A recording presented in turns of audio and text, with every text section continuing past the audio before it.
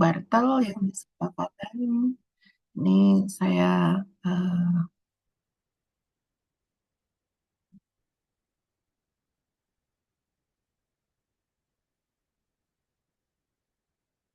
kita lanjut.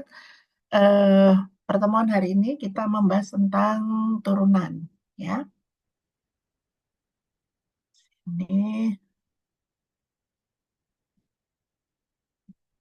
turunan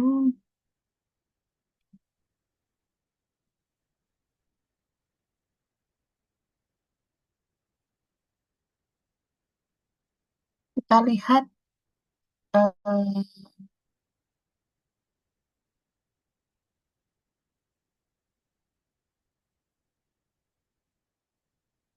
ya di sini ada beberapa istilah ya. Ada derivatif, ada diferensiabel, ya. Oke. Nah, pengertian yang di sini eh, derivatif itu turunan, ya. Jadi kalau saya punya I subset R, kemudian F itu dari I ke R, jadi eh, kita lihat definisinya dulu. Jadi I subset R, kemudian ada fungsi F itu dari I ke R, kemudian C-nya anggota I. Nah, perhatikan di sini C-nya anggota domain, ya. Jadi turunan itu nanti didefinisikan pada anggota domain, ya. Kemudian eh, kita katakan L itu merupakan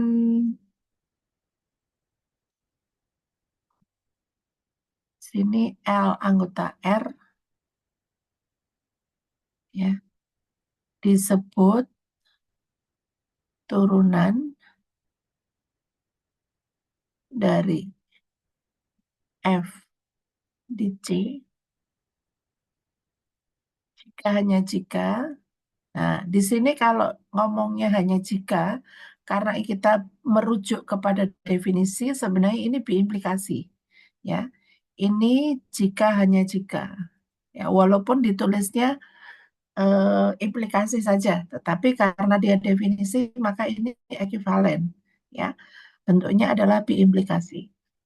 Jadi untuk setiap epsilon positif ada delta yang bergantung terhadap epsilon, sedemikian sehingga jika X anggota I dengan nol itu kurang dari X min C kurang dari delta, maka di sini ada Fx min Fc per X min C min L kurang dari epsilon. Nah, pendefinisian ini kan sebenarnya pendefinisian limit, ya. Pendefinisian limit. Ini kalau kita katakan di sini eh, limit X menuju C, Fx min Fc per X min C sama dengan L. Jadi ini pernyataan untuk epsilon ada delta sampai harga mutlak Fx min Fc per X min C kurang dari L dikurangi L kurang dari epsilon. Ini adalah definisi limit. Limit dari apa? Limit dari X menuju C, Fx min Fc per X min C sama dengan L. Ya. Nah, kalau di sini L-nya itu ada, ya, kalau di sini memenuhi ini, maka kita katakan di sini kita katakan F diferensiabel, ya. Diferensiabel itu dapat diturunkan,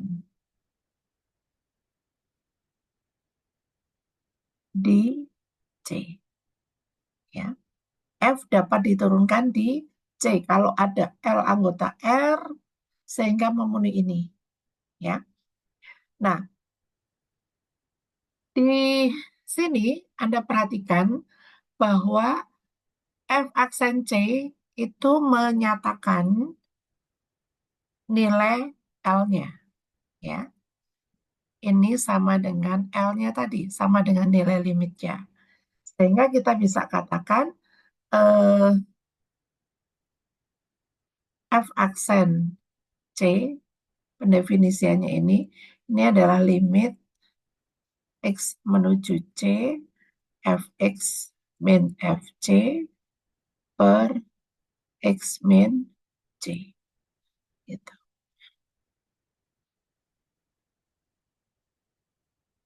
Nah, sekarang kita lihat beberapa contoh ya. Di sini membuktikan F aksen C untuk Fx sama dengan X kuadrat. Ya, ya di sini kalau kita menggunakan definisi F aksen C adalah limit X menuju C, Fx min Fc per X min C.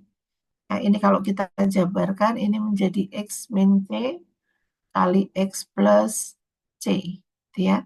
Ini kita bisa coret di sini hasilnya adalah X plus C. Ketika X menuju C maka ini sama dengan 2C. Nah, kita menggunakan turunan untuk menentukan turunan dari X kuadrat. Ya.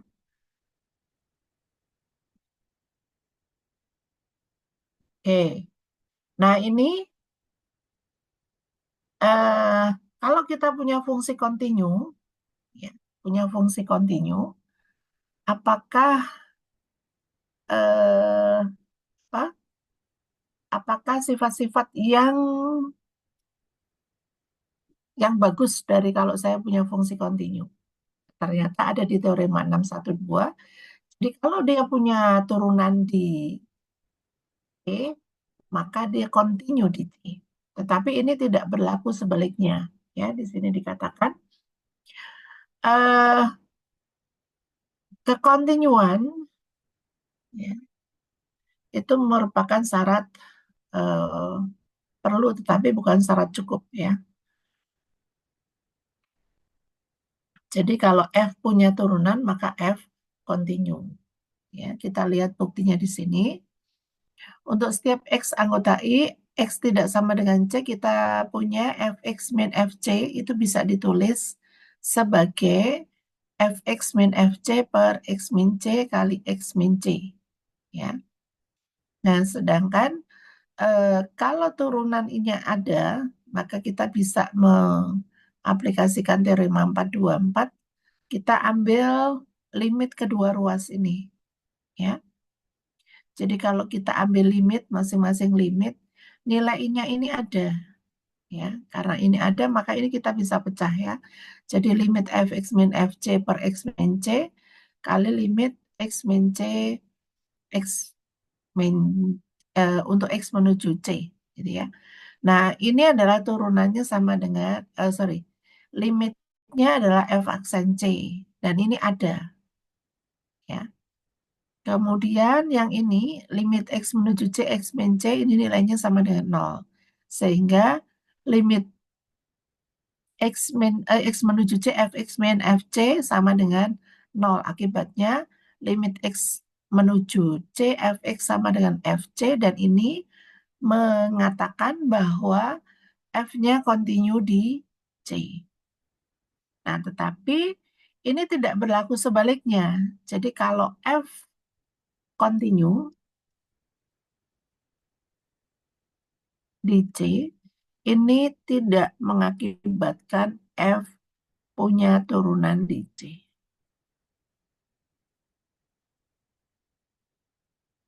Ya, ini nggak berlaku. Contohnya apa? Contohnya adalah harga mutlak. Ya, harga mutlak Fx sama dengan harga mutlak X. Ini fungsinya kontinu di 0. Ya, continue di nol. Tetapi turunannya nggak ada, ya. Jadi continue di contohnya harga mutlak X. Ini fungsi ini continue di nol, ya. Tetapi eh, F aksen, bentar. Kita lihat limit X menuju nol, Fx min F 0 per X min 0 sama dengan limit X menuju nol dari harga mutlak X per X. Dan ini kita punya ketika limit X menuju nol dari sebelah kiri, ini harga mutlaknya menjadi min X per X, dan ini sama dengan min 1. Sedangkan limit X menuju nol dari sebelah kanan, ini X per X, ini sama dengan 1. Dan ini nilainya tidak sama. Ya. Karena nilainya tidak sama, maka ini tidak ada. Ya.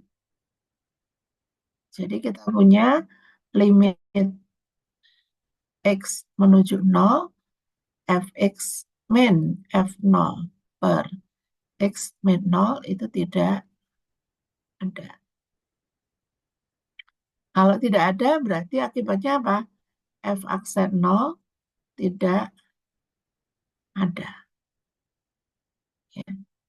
Nah, ini tadi F aksen 0-nya nggak ada. Jadi tidak mengakibatkan ini ya, tidak mengakibatkan kalau kita punya fungsi continue, tidak mengakibatkan turunannya ada.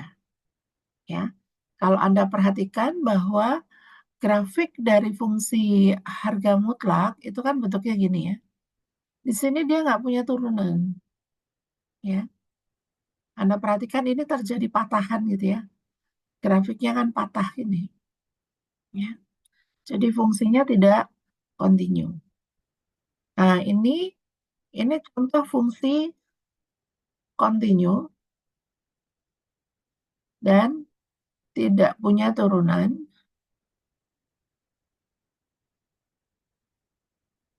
di satu titik, X sama dengan 0. Nah, ini contoh yang lebih ekstrim lagi. Ini adalah fungsi Weierstrass. Ya. Fungsi Weierstrass ini fungsi continue di seluruh bilangan real. Tetapi tidak punya turunan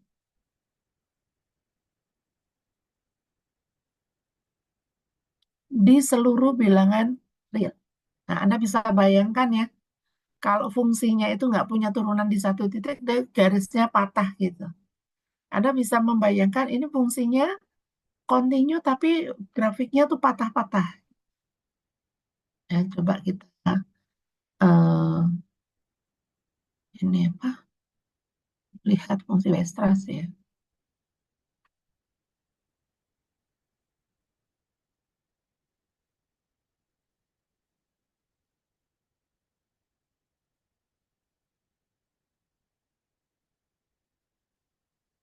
Anda bisa lihat ini fungsinya di gambar ini. Jadi kalau kita ambil satu titik saja di sini, kalau kita perbesar, itu fungsinya gini nih, patah, patah, patah gitu ya. Jadi fungsinya itu sebenarnya nyambung terus, cuman dia patah-patah gitu. Ya, ini contoh yang eh, sangat bagus ya, sangat bagus artinya fungsinya continue, tetapi eh, tidak punya turunan di mana-mana. Gitu. Ya, kita balik lagi ke sini, kita akan kembali ke materi kita. Oke, baik. Nah, kalau kita mencari turunan dengan menggunakan definisi, itu kan lumayan lumayan panjang ya, karena kita berurusan dengan limit dan sebagainya. Nah, di sini ada teorema yang mempermudah Anda pada saat Anda menghitung turunan, ya. Nah, karena turunan itu didefinisikan sebagai limit, maka otomatis sifat-sifat yang ada pada limit itu juga dipunyai pada turunan, ya. Yang pertama adalah sifat yang pertama. Jadi kalau kita punya sebelum masuk sifat-sifat yang di sini, ini ada premisnya di sini. Jadi F dan G itu fungsi yang diferensiabel. Jadi punya turunan di C, kemudian C-nya anggota I. Kalau alfa anggota R, maka fungsi alfa F yang kita definisikan alfa F itu definisinya apa nih? Alfa Fx itu sama dengan alfa kali Fx, ya. Jadi alfa F turunan dari alfa F itu sama dengan alfa kali F aksen C. Ya, turunan F di C. Nah, kemudian eh, fungsi penjumlahan, jadi F ditambah G itu juga diferensiabel. Punya turunan di C dan turunannya sama dengan eh, turunan fungsi jumlah sama dengan jumlah turunan. Jadi F plus G aksen itu sama dengan F aksen plus G aksen. Kemudian ada sifat perkalian. Ya, perkalian. Ini Anda sudah cukup familiar ya, karena di kalkulus kan sudah digunakan. Kemudian ada turunan fungsi pembagian. Ya. Nah, untuk yang pembagian di sini ada syaratnya. Jadi di sini GC-nya tidak boleh sama dengan 0. Baru kita bisa mendefinisikan turunan F per G di C. Ya. Oke, sebenarnya kalau yang ini yang pengurangan sih hampir sama ya. Kalau yang pengurangan F plus F minus G aksen itu sama dengan F aksen dikurang G aksen gitu ya.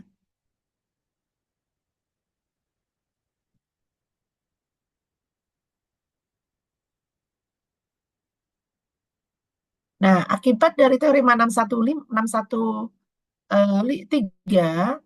maka kita punya ini. Jadi kalau di penjumlahan dari sejumlah n fungsi, maka sama saja dengan jumlah dari masing-masing turunannya. Nah, kalau yang perkalian, maka F eh, 1 kali F2 kali Fn aksen, berarti ini turunan F1 kali F2 sampai Fn. Ditambah turunan F2 aksen kali F1, F3 sampai Fn, dan seterusnya. Ya, oke. Nah, untuk kasus F1, F2 sampai Fn sama dengan fungsi F, maka turunan F pangkat N aksen itu sama dengan F FC pangkat N min 1 F aksen C. Ini sebenarnya bentuk khusus dari nanti aturan rantainya. Oke, ini untuk notasi, ada beberapa notasi. Ada notasi operator, yaitu operator D, gini, dituliskan D. Kemudian ada notasi Leibniz, yaitu D per dx. Jadi ada F aksen, kemudian ada df, ada df per dx, gitu ya. Ini biasanya ada x di sini. Nah, ini notasinya bergantung Anda ya. Anda mau pakainya yang mana, lebih mudah yang mana gitu. Oke, kita lanjut dengan aturan rantai. Ya, ada pertanyaan nggak sampai sini?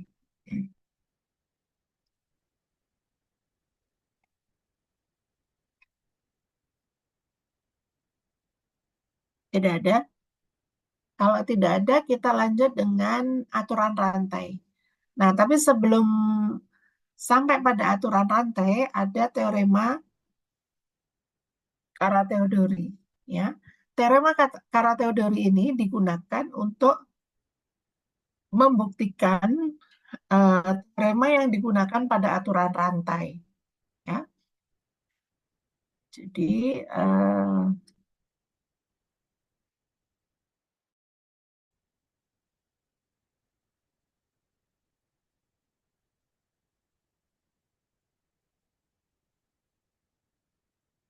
jadi di sini kita misalkan F terdefinisi pada interval I. Jadi F itu terdefinisi pada interval I, kemudian C-nya anggota I, ya. F dapat diturunkan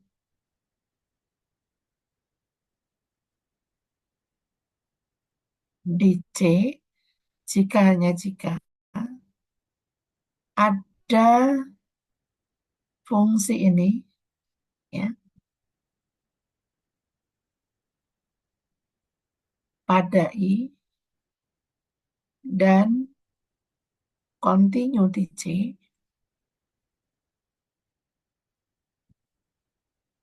yang memenuhi Fx min Fc itu sama dengan X kali X min C untuk setiap X anggota I. Pada kasus ini, si X-nya itu sama dengan turunan F di C. Ya.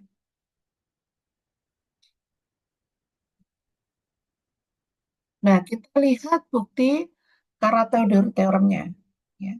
Karena ini berupa biimplikasi, jika hanya jika, maka kita punya bukti ke kanan maupun ke kiri. Gitu ya.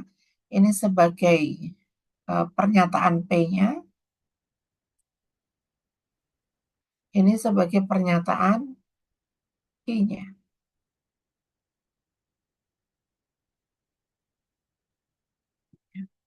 Nah, sekarang kita lihat ke kanan. Jadi kalau ke kanan itu P maka Q. Jadi yang kita punya apa? Yang kita punya ini. F dapat diturunkan di C. Berarti kalau F dapat diturunkan di C, maka F aksen C-nya ada.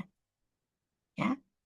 Nah, sekarang kita mendefinisikan Px-nya sama dengan Fx min Fc per X min C. Untuk X tidak sama dengan C, dan sama dengan F aksen C untuk X sama dengan C. Ya. Nah, di sini Anda perhatikan, ini fungsinya yang bawah ini eh, eh, tidak sama dengan nol kan?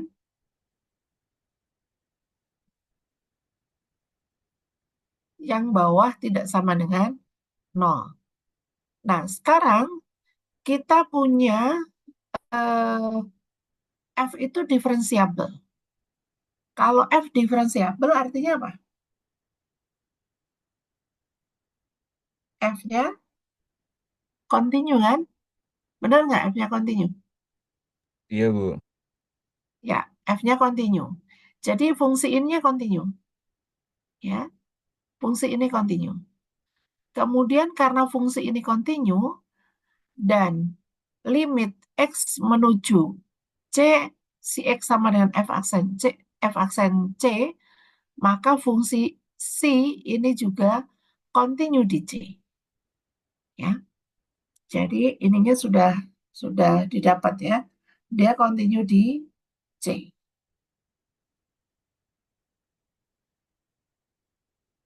Nah, apalagi yang belum nih? Yang belum adalah apakah Fx min Fc sama dengan si X kali X min C? Kita lihat ya. Kalau X-nya sama dengan C, maka eh,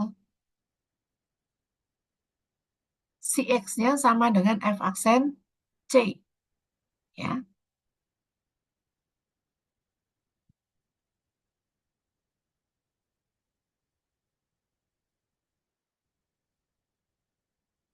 Ini sama dengan ini. Jadi ini memenuhi ini, ya, memenuhi ini. Demikian juga dengan X yang tidak sama dengan C, maka ini juga akan memenuhi persamaan yang 10 ini, ya. Sehingga ini sudah terpenuhi. Nah, sekarang bagaimana dengan eh, dari Q maka P, ya. Q-nya kita punya adalah C itu continue di C, ya. C-nya yang ini nih. C itu continue di C. Nah, sekarang kita mau lihat apakah yang mau kita tunjukkan itu F-nya diferensiabel di C, ya. Nah, karena dia continue di C-nya itu continue di C, maka kita punya limit X menuju C, si X sama dengan si C. Dan ini sama dengan Fx min Fc per X min C. Dan ini sama dengan F aksen C. Ya. Jadi eh, ini tuh ada, limitnya ada, maka kita katakan bahwa F aksen C-nya sama dengan si C. Ya. Nah, ini sudah terbukti. Nah, kita akan gunakan Kara-Teodori teorem ini untuk membuktikan aturan rantai. Jadi aturan rantai itu adalah turunan dari fungsi komposisi, ya. Jadi aturan rantai itu adalah turunan fungsi komposisi.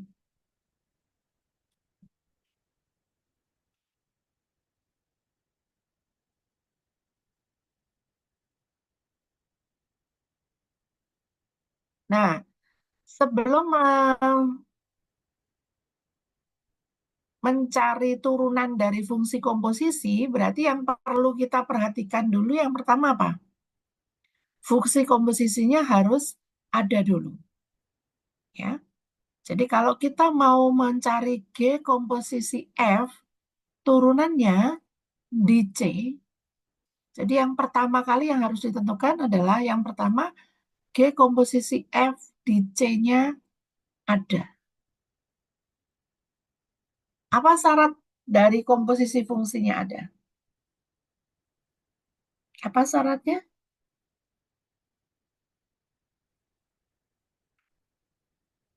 Apa syaratnya? Komposisi dari G komposisi F itu ada. FC-nya ada ya, Bu? FC-nya, FC-nya ada.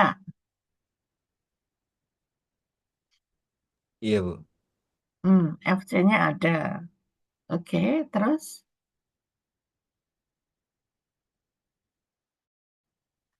kan F, kita mau bicara G komposisi F, ya. Kalau G komposisi F itu gimana nih? Yang duluan apanya? F-nya ya.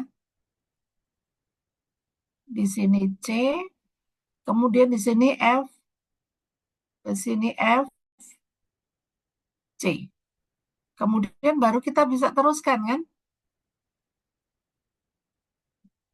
G dari F, C itu bisa eh, bisa punya makna ketika FC-nya di mana nih? Ada di domain dari G, ya. Jadi FC-nya harus anggota domain dari G. Kalau bukan anggota domain dari G ya nggak bisa, gitu, ya. Dengan kata lain, kalau kita bicara semuanya untuk mengatakan bahwa komposisinya ada, maka ini kalau kita punya domain, ya, di sini ini range, jadi range dari F harus termuat di dalam domain dari G. Ini baru kita bisa mengatakan G komposisi F-nya ada. Ya, kita bicara G komposisi F. Ya, makanya di sini ketika mendefinisikan sebelum kita membuat teoremanya, maka ini sampai sini itu syarat syarat dari G komposisi F-nya ada nih. Ya, ini syaratnya. Ya.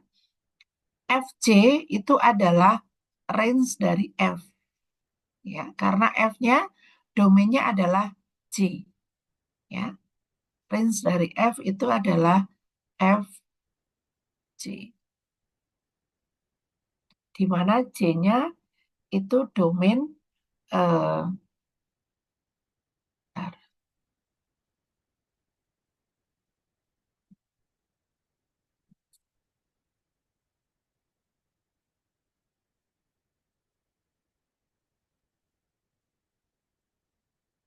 J itu sama dengan domain dari F.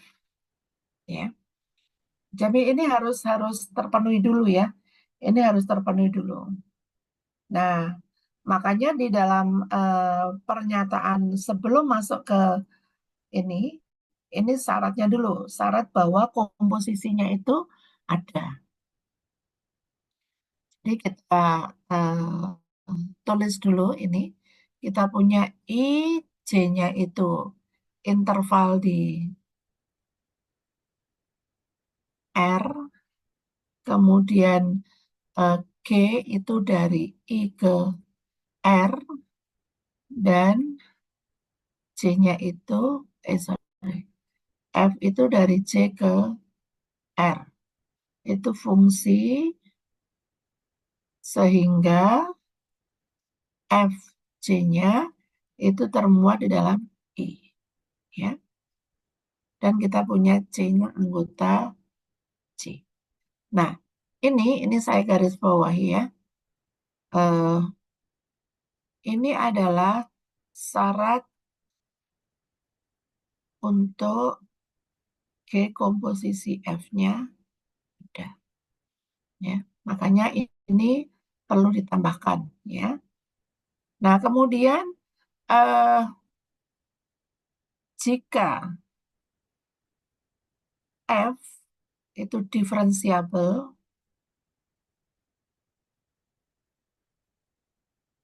di C dan G-nya diferensiabel di Fc, maka G komposisi F itu diferensiabel di C. Ya. Nah, seperti yang saya gambarkan tadi, jadi kalau di sini eh, ada C, ini dipetakan ke Fc, gitu ya. Kemudian di sini dipetakan ke G dari Fc. Jadi di sini dia punya turunan di C, ya. F itu punya F aksen C-nya ada, ya. Kemudian G aksen di FC-nya juga ada, ya. Ini harus ada dulu, ya. Kemudian baru kita bisa mengatakan bahwa G komposisi F di C itu ada, ya. Dan kita punya G komposisi F aksen di C itu sama dengan G aksen FC kali F aksen C. Ini aturan rantai. Ya. Nah, untuk bukti aturan rantai silakan diperhatikan baik-baik. Saya tidak akan buktikan detail. Ya, nanti silakan dicoba untuk membuktikannya. Ya. Nah, kita lihat dulu bagaimana kita menggunakan aturan rantainya. Ya. Atau mungkin buktinya kita bahas dulu deh. Ya. Bukti aturan rantai.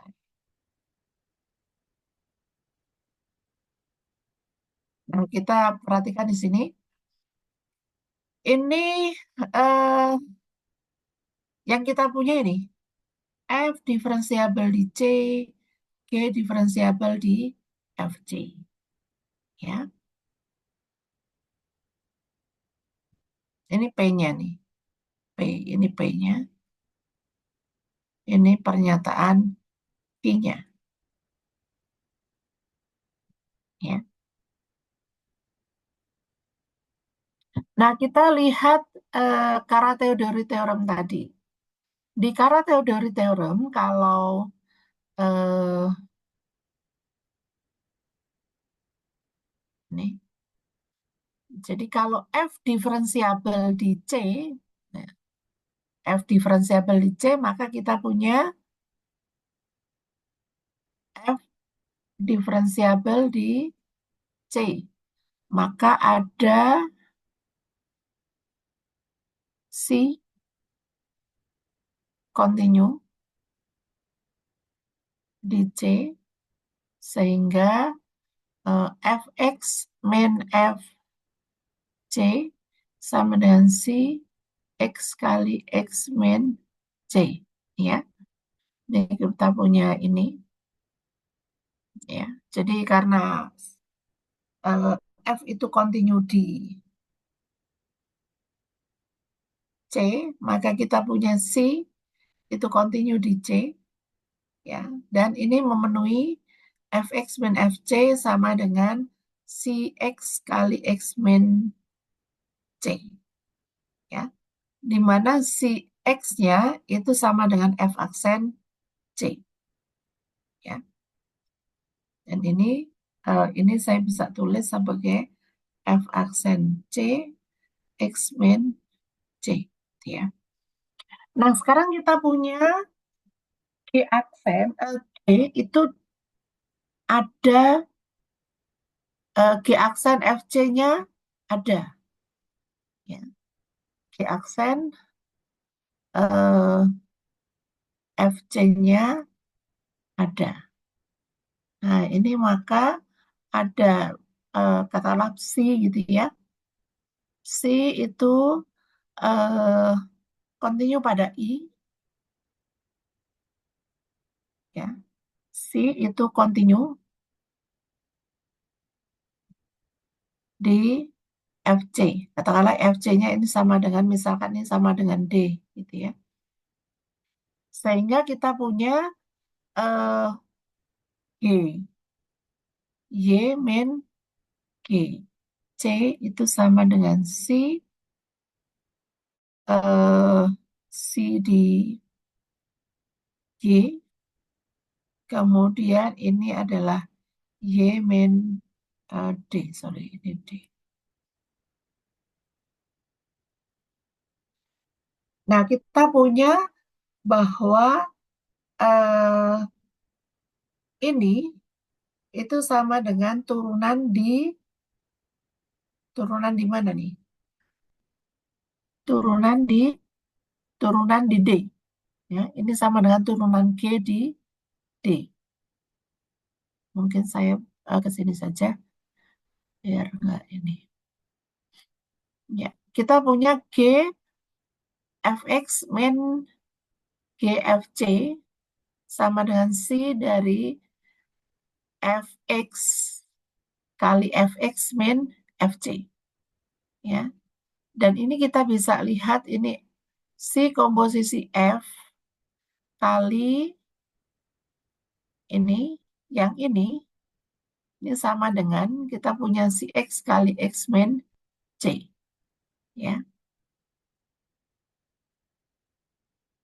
Nah, karena ini terjadi eh, ada fungsi ini kan continue nih, ini continue di C, ya.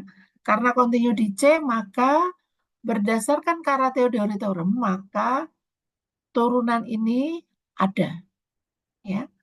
Turunan ini ada dan turunannya sama dengan G aksen F FC kali F aksen C. Nah, ini tadi ini si aksen eh, D gitu ya. Yang ini si Y-nya sama dengan si aksen D.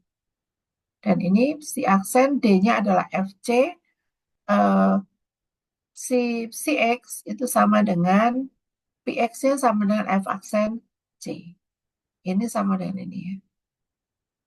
Ya, udah terbukti bahwa turunan G komposisi F di C itu sama dengan turunan G di FC kali F aksen C. Nah, yang berikutnya coba Anda perhatikan contoh 617 ya. Kemudian sebelum masuk ke inverse, mungkin saya minta Anda kerjakan dulu. Jadi Anda di 617 dipelajari dulu ya. Untuk 617 kemudian Anda kerjakan,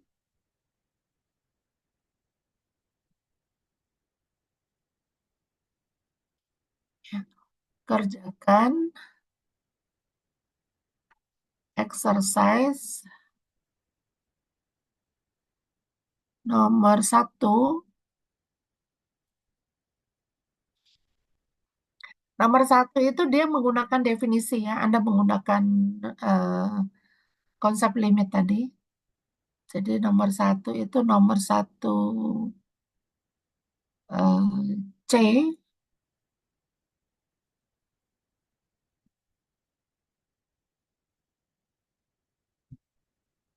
nomor dua hmm, so that X pangkat sepertiga itu tidak diferensiabel di X sama dengan nol.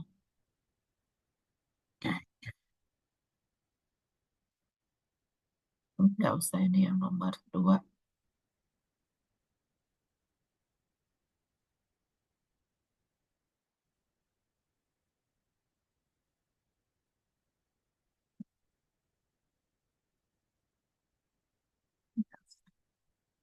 Nomor satu.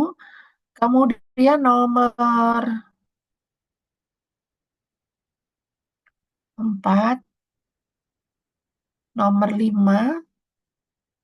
Nomor lima itu bagian 5C sama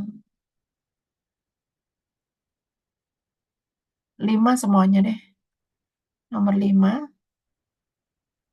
sampai D.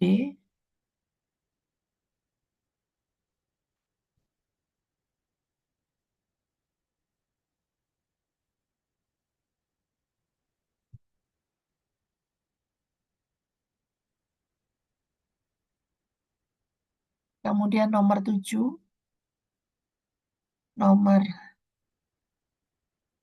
8.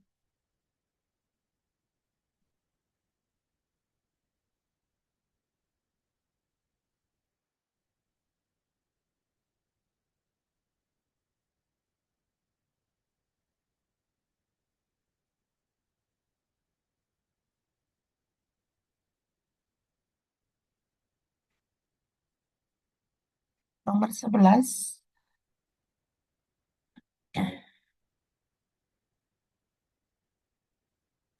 Nomor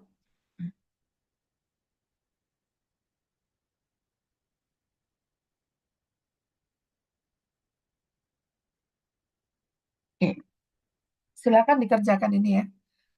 Nanti yang sudah selesai boleh raise hand. Ada pertanyaan? Ada yang mau ditanyakan? Tidak ada? Baik, kalau tidak ada silakan dikerjakan ya. Mungkin nanti presentasi sekitar jam 9 ya. Baik, Bu.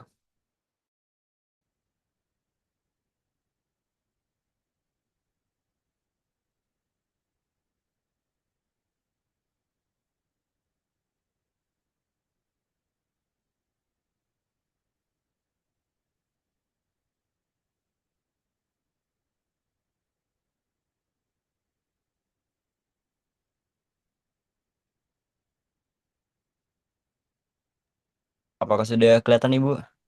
Sudah, silakan pakai Ini dijelaskan. di sini fungsi hx-nya akar x, kemudian menggunakan definisi tadi diferensiabel di titik C. Jadi tinggal limit x menuju C, akar x min akar C dibagi x min C. Kemudian yang penyebutnya saya faktorkan jadi akar x min akar C dikali akar x tambah akar C. Jadi ini karena limit jadi bisa dihilangkan jadi separ akar X tambah akar C karena limit X menuju C jadi akar akar C tambah akar C jadi ada dua, jadi dua akar C, sehingga untuk F aksen X-nya sama dengan separ dua akar X, Bu. Ya, oke. Betul ya. Ya, makasih Fakih. Baik, Bu, sama. Silakan yang lain, Bu, Bagas. saya izin presentasi nomor 4. Ya, silakan.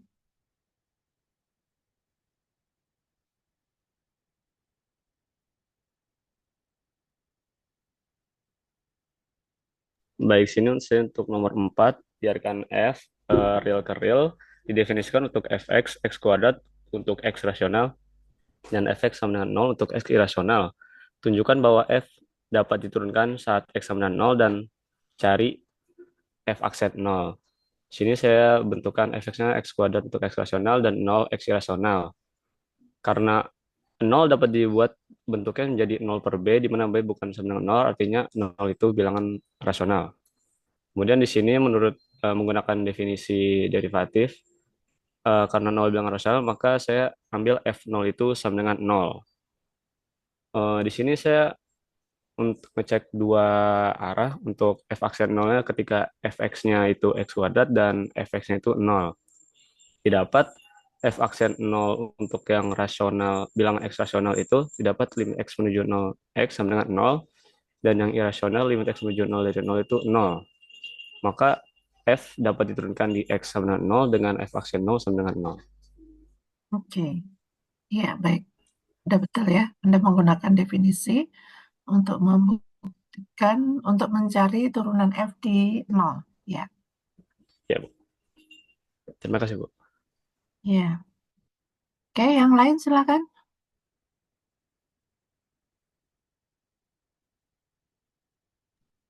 Andika sudah selesai, Bu. Ya, boleh, silakan.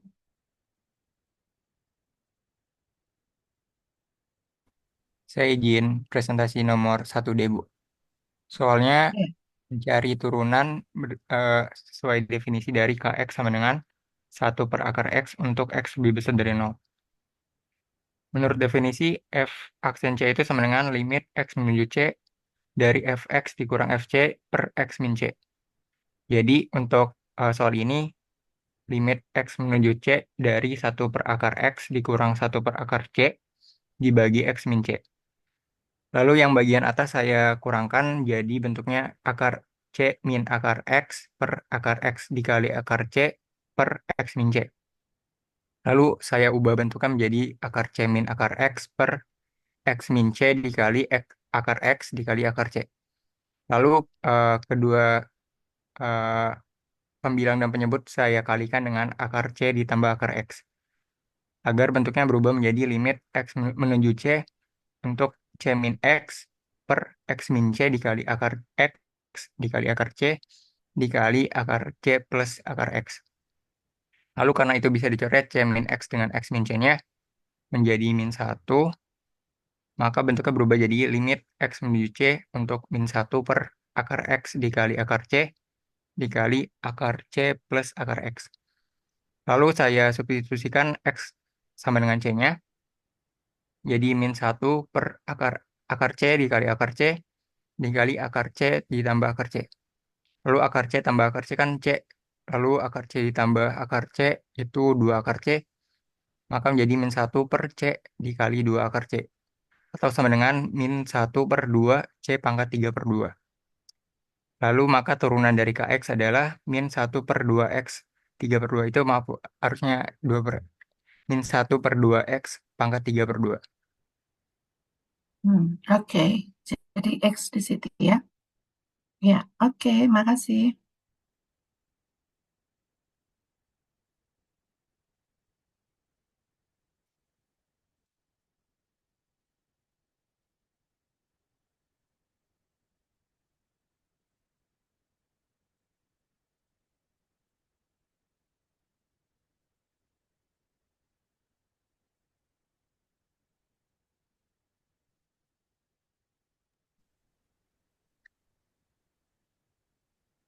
Jadi di sini kan kita disuruh nyari diferensiasinya sama di simplify.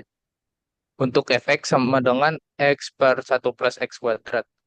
Di sini yang atasnya itu jadi gx, yang bawahnya jadi hx. Turunan dari gx itu 1 dan turunan dari hx itu 2x.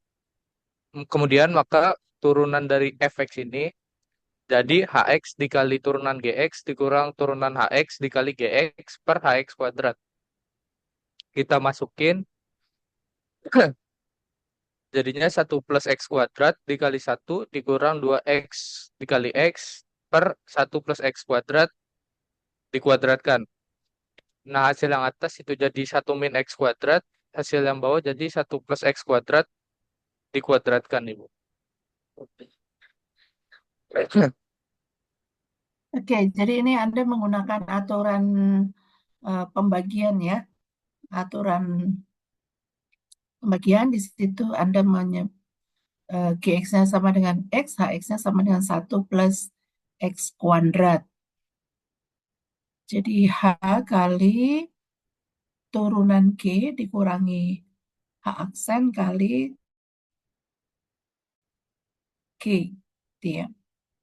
Oke, makasih. Baik, terima kasih, Ibu.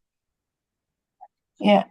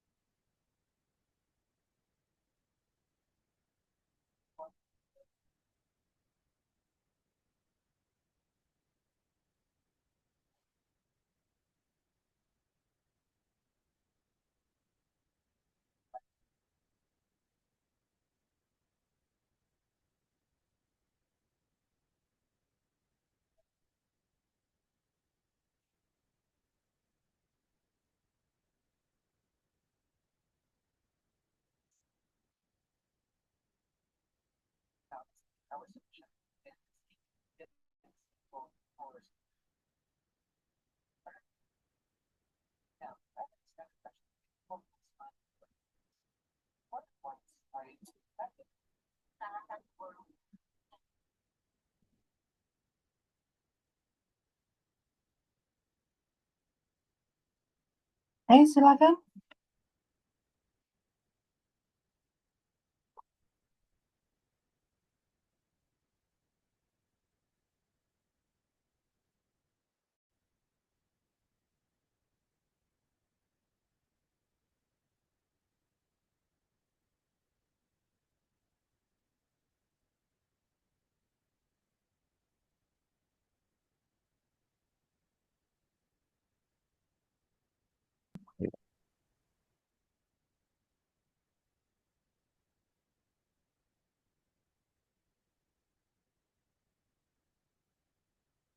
Silakan presentasi. Jadi di nomor 5B ini kita tahu soal kita disuruh menurunkan GX itu definisikan sebagai akar 5 min 2X plus X kuadrat. Nah, di sini saya turunkan menggunakan aturan rantai, Jadi saya misalkan yang di dalam akar ini sebagai H, maka kita turunkan akar H terhadap variabel H, lalu untuk yang di dalamnya kita turunkan terhadap variabel X. Jadi saya dapat D per DH dari akar H itu 1/2 akar H, lalu untuk turunan yang di dalamnya itu D per DX dari 5 min 2X plus X kuadrat, itu hasilnya min 2 plus 2X. Lalu didapat H-nya kita masukin lagi, H-nya itu kan 5 min 2X plus X kuadrat yang kita misalkan di awal. Terus yang atasnya itu jadi min 2 plus 2X. Dari sini min 2 plus 2X-nya bisa kita keluarkan jadi 2 dikali min 1 plus X per 2 akar 5 min 2X plus X kuadrat. Ini atas bawah bisa kita coret jadinya min 1 plus X per akar 5 min 2X plus X kuadrat.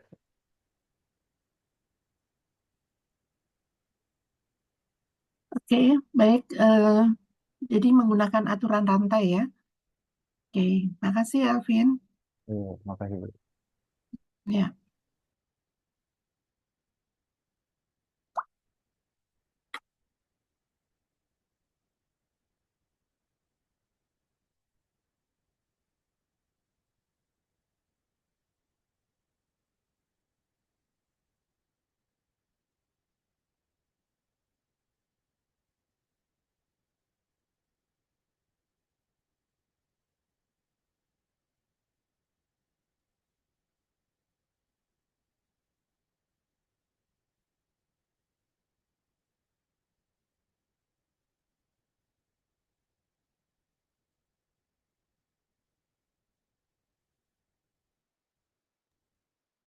Di sini tuh soalnya adalah kx sama dengan tan x kuadrat untuk mutlak s kurang dari pi per 2. Di sini kita tahu di mana kita misalkan fx-nya itu adalah x kuadrat dan gx-nya itu adalah tan x. Maka turunan dari fx-nya ini adalah f aksen x itu sama dengan 2x. Turunan dari gx-nya itu adalah secant kuadrat x. Kita tahu bahwa kx itu sama dengan GOF, maka berlaku untuk k aksen x itu sama dengan g aksen fx kita kali dengan f aksen x. Di sini g aksennya adalah secant kuadrat, di x-nya kita ganti dengan x kuadrat dan f aksen x itu ada 2x, maka kita dapat 2x secant kuadrat x kuadrat itu. Oke, jadi di sini fx sama dengan x kuadrat, gx-nya sama dengan tangan x. Iya, Ibu. Ya, ini komposisi ya. Komposisi Iya. berarti turunan tangan itu secant kuadrat, x kuadrat fx-nya turunan ya 2x secant kuadrat x kuadrat. Oke, betul. Makasih. Terima kasih, Ibu.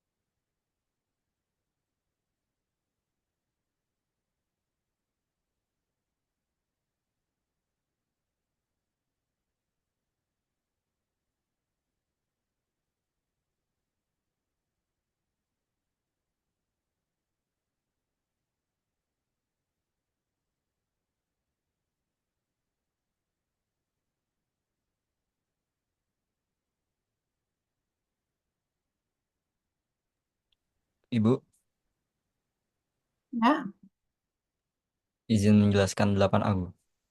oke, silakan.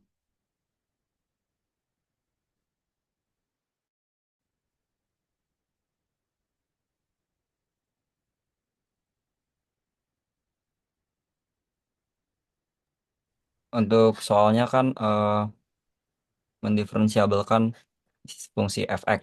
Saya di sini misalkan fx sama dengan hx ditambah gx, di mana kita tahu tadi teorema yang kalau penjumlahan itu diturunkan untuk komponen yang h dan g. Maka saya tinjau satu-satu untuk hx. Saya dapatkan h aksen x-nya 1 dan minus 1 untuk x-nya lebih besar dari 0 dan min 1 untuk x-nya kurang dari 0. Jadi h aksen x-nya sama dengan signum x. Kemudian untuk gx-nya sama dengan yang mutlak yang tadi, x plus 1. Kita dapatkan 1 untuk x lebih besar dari min 1. Kemudian min 1 untuk x kurang dari min 1. Sehingga g aksen x-nya sama dengan signum x plus 1. Kemudian untuk f aksen x-nya sama dengan h aksen x ditambah g aksen x. Saya dapatkan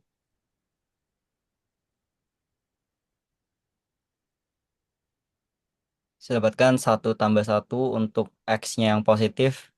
Kemudian min 2 untuk x-nya kurang dari min 1. Kemudian untuk yang min 1 sampai 0. Min 1 tambah 1 sama dengan 0. Dan tidak terdiferensialkan untuk x-nya sama dengan 0. Karena hx itu tidak terdiferensialkan di x sama dengan 0. Dan x sama dengan min 1 untuk x yang plus 1 mutlak. Oke. Nah, ya betul ya. Oke, makasih.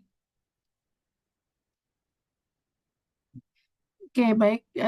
Mungkin yang lain Anda bisa ini ya, bisa nanti diskusi dengan teman-temannya untuk membahas problem yang tadi saya minta Anda kerjakan. Akan lanjut ke bahasan kita dengan turunan dari fungsi inverse.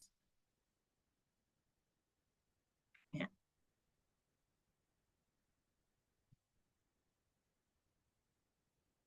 Oke. Nah, ini yang pertama sebelum kita membahas tentang fungsi inverse, yang jelas kita harus tahu dulu fungsi, kalau saya punya di sini ada fungsi f gitu ya.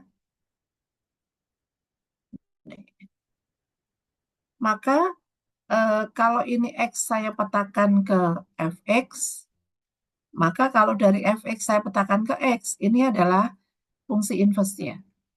Ya. Fungsi dari yang memetakan fx ke x ini disebut dengan fungsi inverse. Nah, sekarang yang pertama kali adalah kita harus tahu dulu kapan ini ada.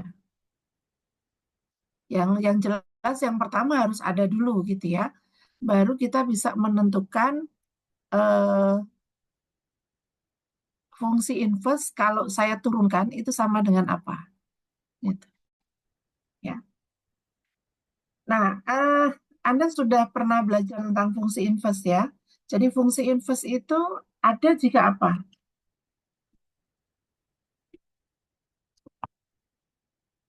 Ada jika apa?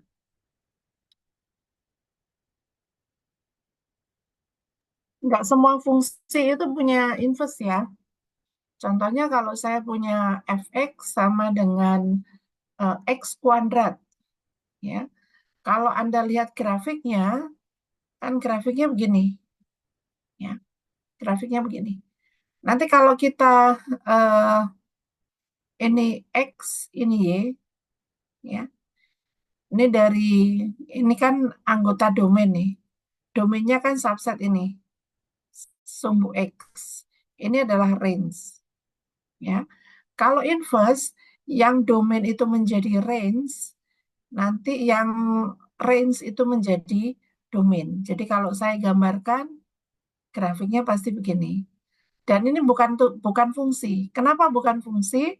Karena saya punya titik di sini X, dia punya dua peta gitu ya. Yang nilainya sama-sama ini kalau dikuadratkan nilainya sama dengan X. Gitu. Nah ini bukan fungsi. Sehingga Ini inverse-nya nggak ada. X kuadrat inverse-nya nggak ada. Nah, apa yang mengakibatkan syarat apa yang harus dipenuhi oleh F? F itu harus bagaimana sehingga F inverse-nya ada. F-nya injektif bukan, Bu? Injektif.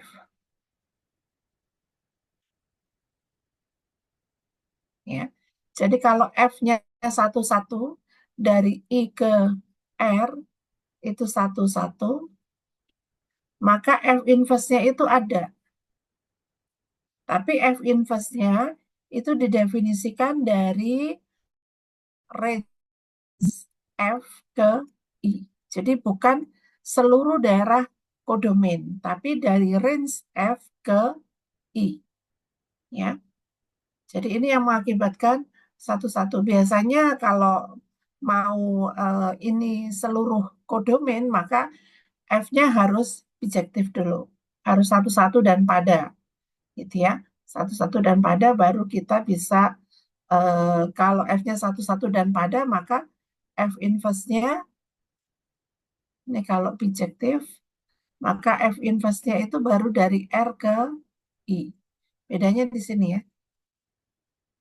Jadi kalau kita hanya mensyaratkan 1-1, maka inverse-nya itu dari range ke domain. Domain dari F. Sedangkan kalau dia bijektif, maka F inverse-nya dari kodomain ke domain. Gitu. Ya, jadi yang syarat utamanya adalah 1-1. Nah, fungsi 1-1 pada grafik itu bisa Anda lihat kalau dia fungsinya eh, naik terus gitu ya, naik terus. Atau fungsinya turun terus gitu ya. Yang jelas fungsinya harus eh, eh, monoton turun atau monoton naik. Strictly monoton. Ya, di sini disebut dengan strictly monoton. Ya, strictly monoton itu strictly decreasing atau strictly increasing. Ya. Nah, sekarang bagaimana kita menentukan turunan dari fungsi inverse? Ya. Jadi kalau Anda perhatikan, eh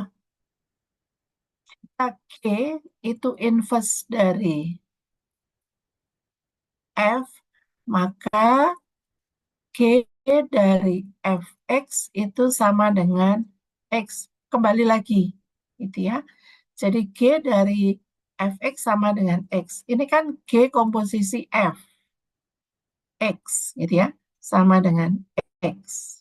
Nah, ini sendiri, ini adalah fungsi identitas. Ya. Sehingga kita bisa dapatkan G komposisi F aksen X itu sama dengan 1.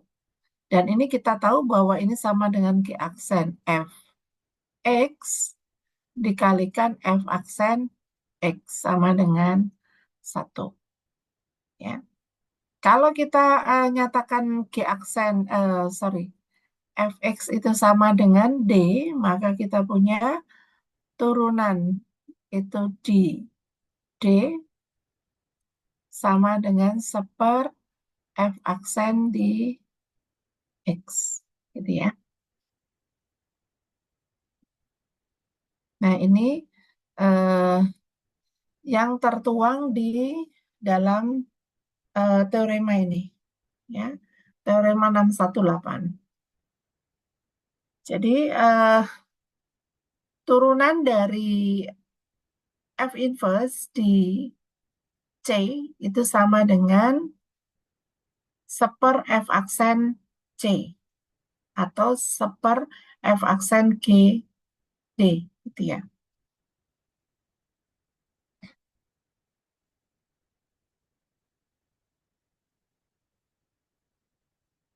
Nah, sekarang kita perhatikan di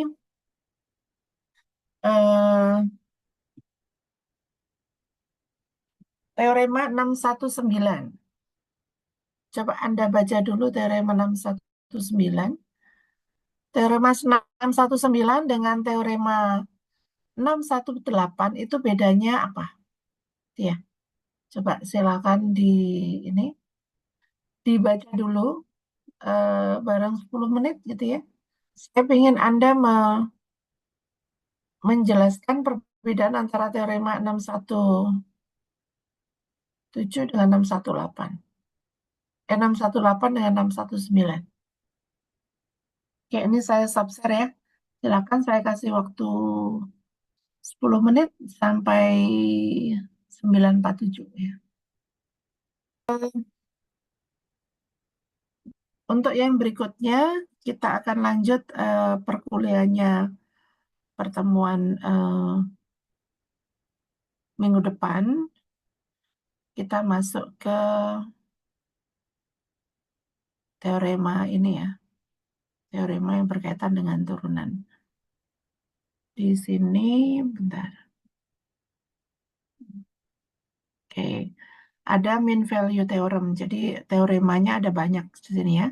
Berkaitan dengan fungsi yang punya turunan. Nanti ada beberapa ini ya.